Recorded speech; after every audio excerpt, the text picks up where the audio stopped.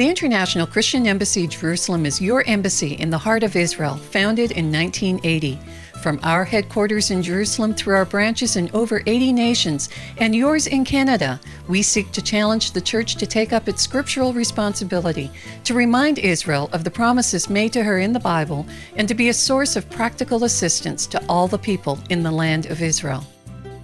On today's program, we are introduced to Magdala, a first-century town where Jesus taught.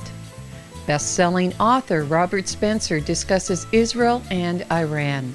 The Vicar of Baghdad declares Israel the safe haven of the Middle East.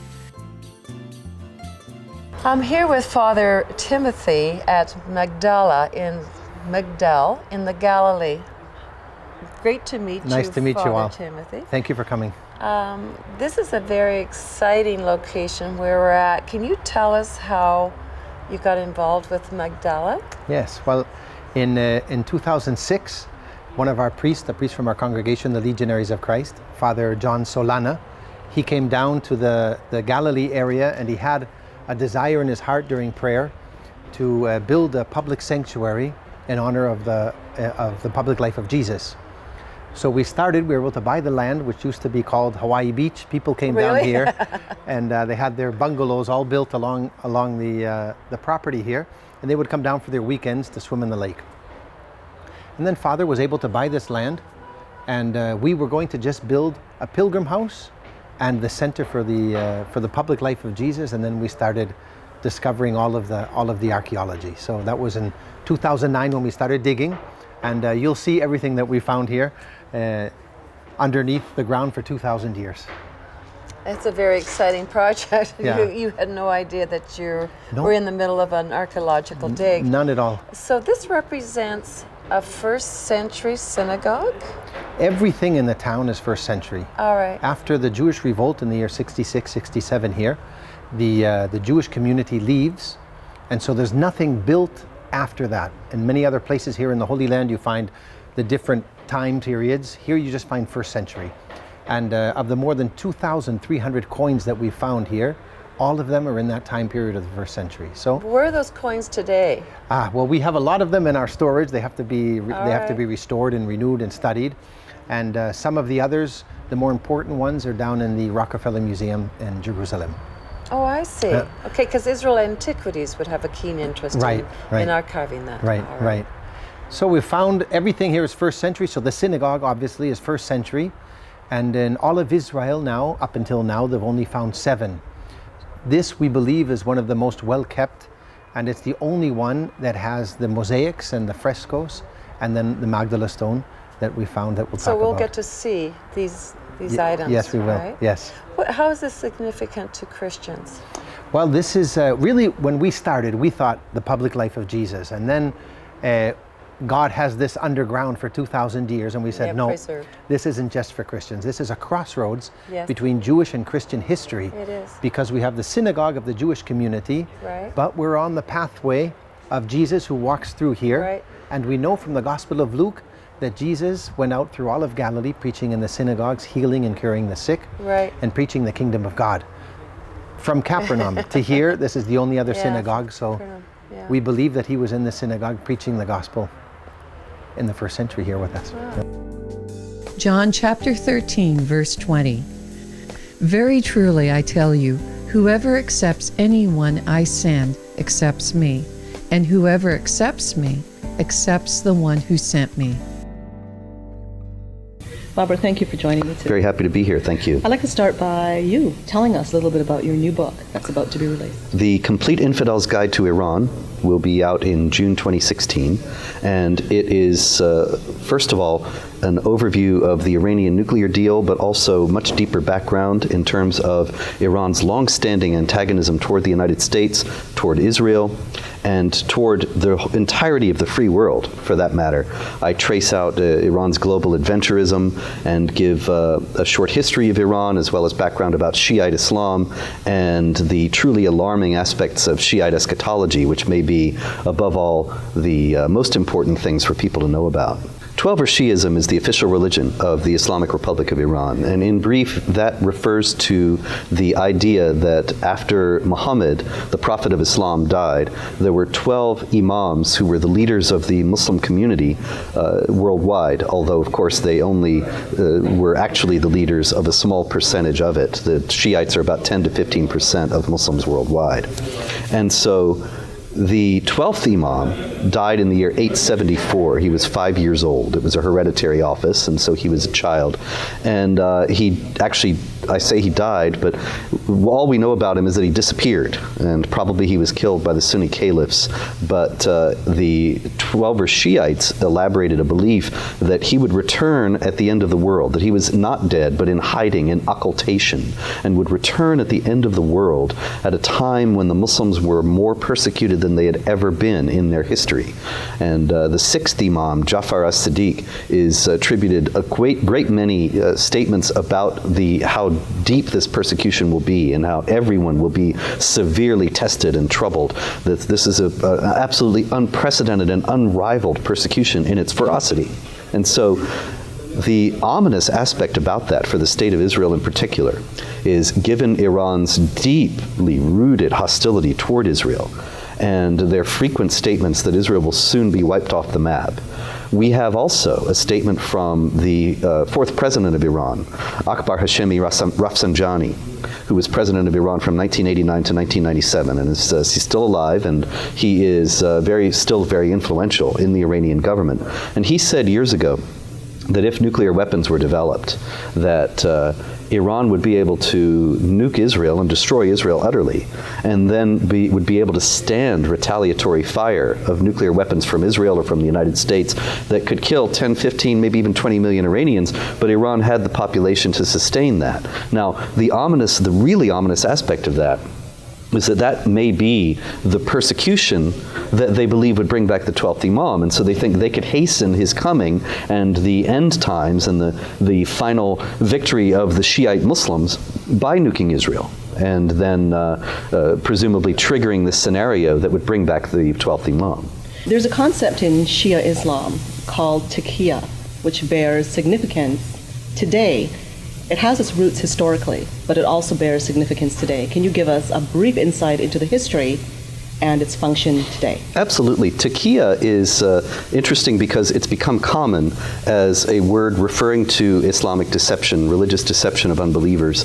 And there is a basis in the Quran for it. In chapter 3, verse 28 of the Quran, it says, "Let not the believers take unbelievers as their friends and protectors in preference to believers." And whoever does that has nothing to do with Allah, unless they're doing it to guard themselves against them. Now that phrase, unless they're doing it to guard themselves against them, is explained in key Muslim commentaries on the Quran as meaning that one can deceive unbelievers when there is a time of war between the Muslims and the non-Muslims, or when the Muslims are threatened.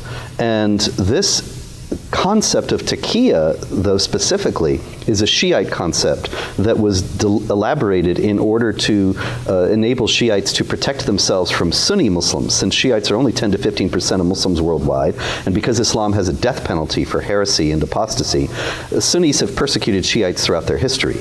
And even the stories of the 12 Imams of the Shiites is a story of disaster and defeat, imprisonment, poisoning, loss. They're always losing. And they protect themselves through this deception.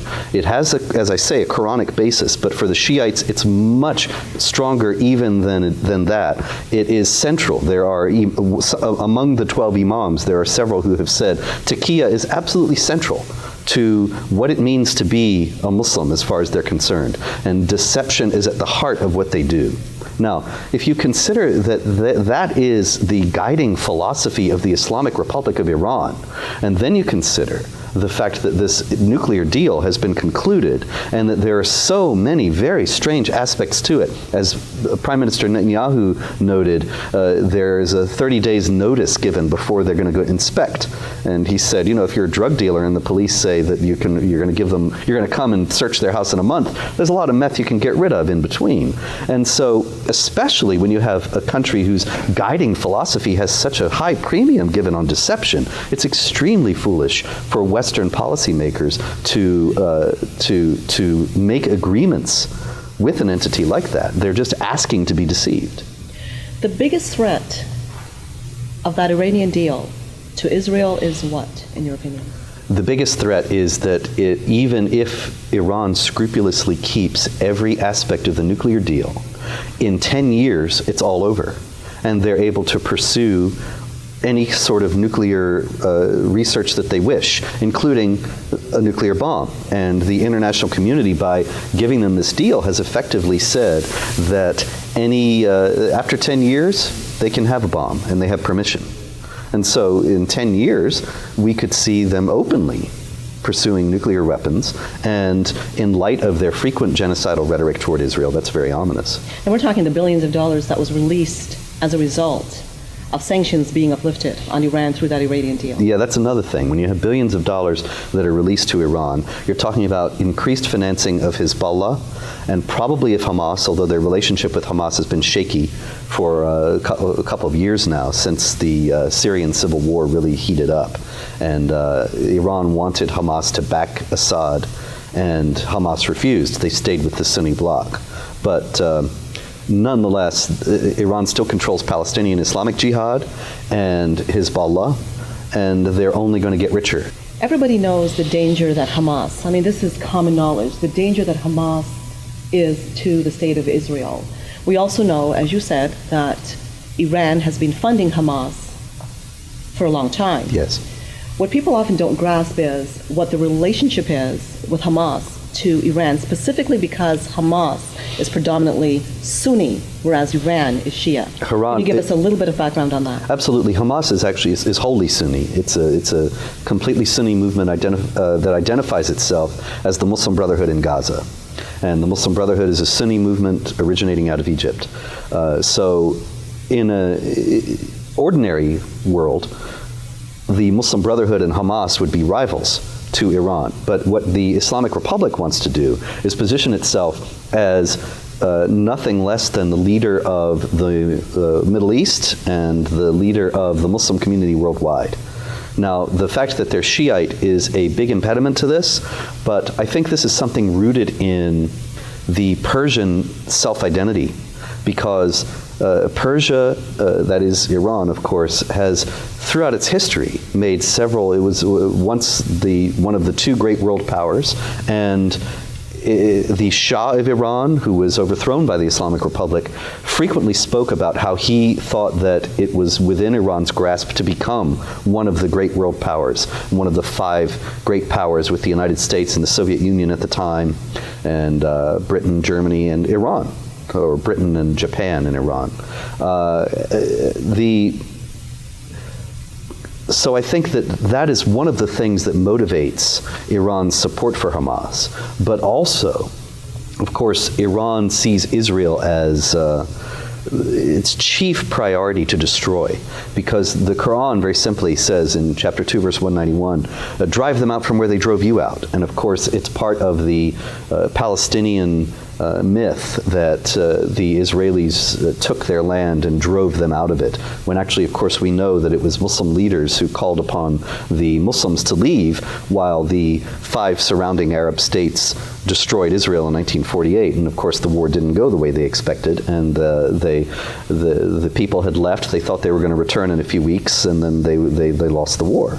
So nobody was driven out, or very few people were driven out in any case, but this is I think, a linchpin of how they see the whole conflict. And so they see that it's a Quranic imperative, an imperative that they have before their God, that they have to destroy Israel, to drive them out from where they drove you out.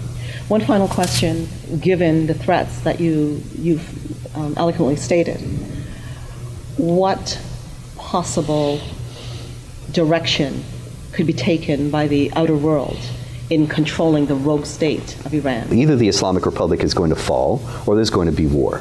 And so what the United States should be doing now, in the free world in general, is strengthening the dissident groups actively aiding them within Iran. The Islamic Republic is wildly unpopular in Iran, and it could be toppled and should be toppled, and we should be making sure that that happens. And also, instead of continuing these disastrous concessions to Iran, I would hope that the next American administration, whoever may be president, will reverse them as much as can be done now, and understand that Iran is never going to be a peaceful member of the family of nations, never going to be a friend to the West, and we should be preparing ourselves accordingly.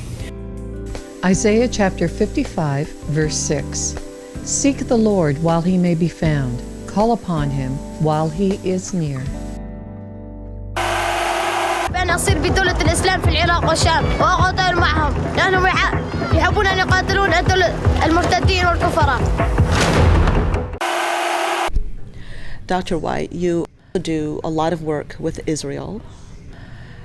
It is, as you regard it, the place of hope. Can you explain that to us?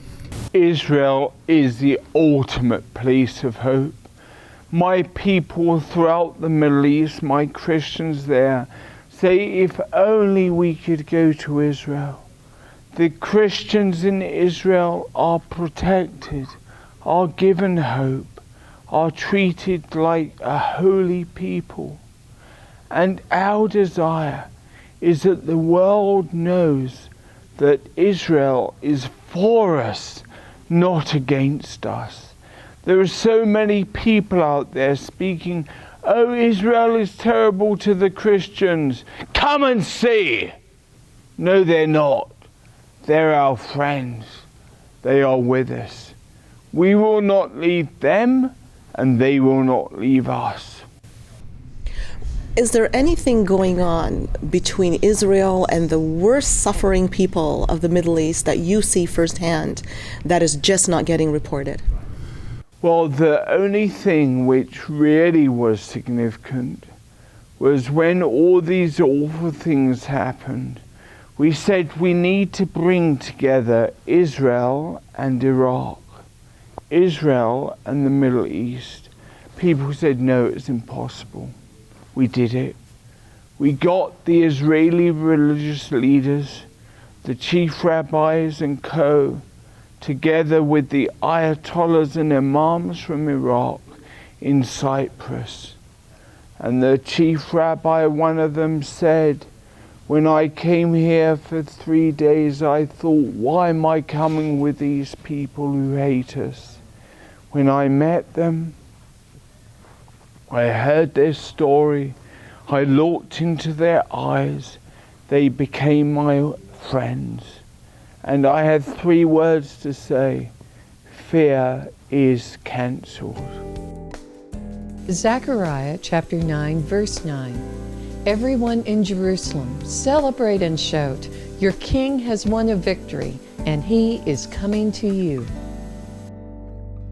We're in the Western Galilee with Avi, who is owner of Spiceways, which is a spice and herb. Now, if you're hearing that on the tin roof, it's because, hallelujah, we've got rain in the Galilee. We've got rain in Israel, which is it's in drought mode. So this is wonderful. But I hope you appreciate the sound that's on this tin roof.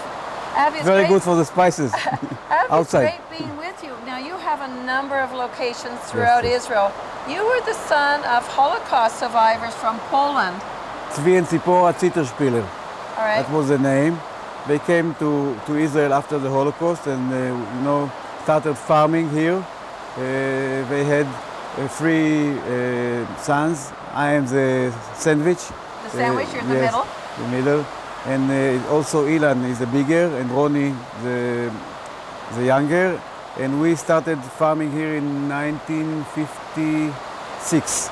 So your parents started the farm. Yes. And out here around this property, you grow your own herbs. Yes. Most of them, I guess. It's an organic system. Organic. It's very hard work to grow them, and we specialize in plants that feels good in the Holy Land.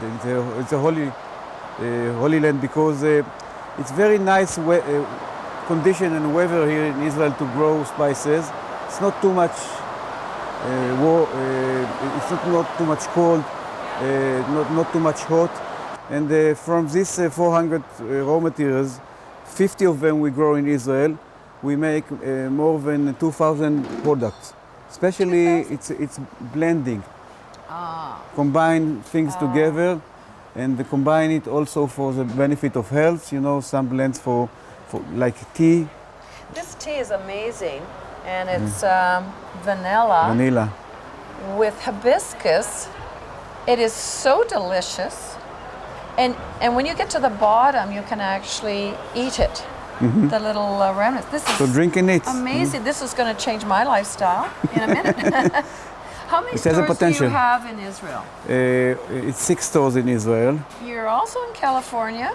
Really? Yes. Yes. That's In wonderful. San Diego area. When are you coming to Canada? In June. Yeah, you are. But when is your product? When can we buy from you? It will take 1 or 2 years to do it. You ship to Canadians, I'm sure. Yes. Yes, and that's an easy thing to do? It's a very... You have your catalog online. Can we order Especially, online? yes, of course. And so how would we find you online? It's called the Spice Way, the Spice website. Way, one word. The Spice Way, and it's a concept. It's an educational concept. You can learn a lot while try to understand better. You can learn a lot. Everything you can. It's all there in Hebrew. Yes, in Hebrew, Very but also good. in the website it's in English also. It is English. I see you have a classroom back here, so Yes. you do A teach. lot of courses. You a do. lot of courses. And can anyone sign up to come here? Of course. Yes. Why not? And in any of your other locations, they can sign up. Of course. Because you're down towards the south of Israel as well. In this area, in the Israeli winter, it's green like in Canada. And, How do you know? and without snow. But we go outside to the fields to try to understand better how to consume all this nature, this treasure. Right. So it's a very nice, especially for family and children, to cook outside the wild plants. Right. You can do it here also. Right. I love hyssop. And I bring back herbs from Israel, and I cook with them all the time. And some of them are specialty for meat, some are for fishes, fish dishes. And I'm so excited to be here with you today, Avi. And I know our viewers will love to learn more about what you do here. And when you come here, now we're in Bethlehem. Would you like to explain how that's different from Bethlehem? Yes, this is a Galilee. So there are 2 Bethlehem in Israel. I didn't know that until I've been here 40 times. It's an historical place also. We have an old Bet Knesset in Bethlehem. Yes. Just almost destroyed, but we still can find some, from this Bet Knesset. And the history of this place that after the Sanhedrin went from Jerusalem to the Galilee, Sanhedrin, yes. We were Tzipori was the biggest city, 25,000 people here in this area, and we were the suppliers of the food of Tzipori and all this area. It's like a new center after the destroying of Jerusalem. And after 2,000 years, we come back.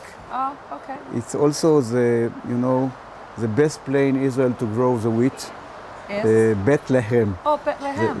The house of the lechem. So the house of the wheat. We're in West Galilee. How far are we from Nazareth? It's 20 minutes. Driving. Driving, yes. By donkey. By donkey, 3 days. Okay. So it's your belief that Mary and Joseph and baby Jesus would put 3 days on a donkey? No way. She cannot do very it. pregnant. She couldn't do it all the way down to... Yes. It's very close. Well, that's a very good theory. But if you dig and see what was the history here, Jesus was here. Okay. Jesus was here. Yes, okay. yes. Well, this is his turf. We're very proud of this. The son of Bethlehem of the Galilee. Yes. Wonderful. Thank you, Avi. Is there anything that you'd like to add? I would like to add that you are now in a special place that want to, our vision is to increase the demand of spices, to increase the using of spices in the kitchen.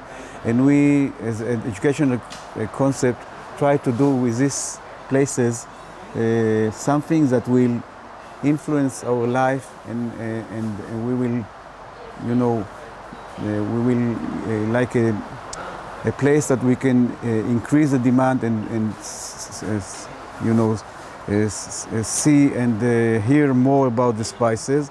And the last 15 years, this is what I'm doing all the day, speaking about spices. That's good, because we need to know that there's an alternative, a natural alternative to pharmaceuticals that are much better healing for the body, and these spices and herbs have been grown for our bodies. Mm-hmm. Especially for benefit of health. You see, my English is not so good, but I would like to say something in English about the plants. All right. These plants, they treat themselves. They know how to do it. They don't need the hospital. Okay. All right. And the ability of the plants to cure themselves can help us also. All right. Especially the spices that, you know, in the golden touch can do so many things. All right. So I believe that our life can be very spicy. The spice of life. Yes. We're all wanting that, aren't we? Thank you so much, Abby. Thank you it's for a pleasure coming. being with you. Thank you for coming. We conclude our program today with some sights and sounds within Israel.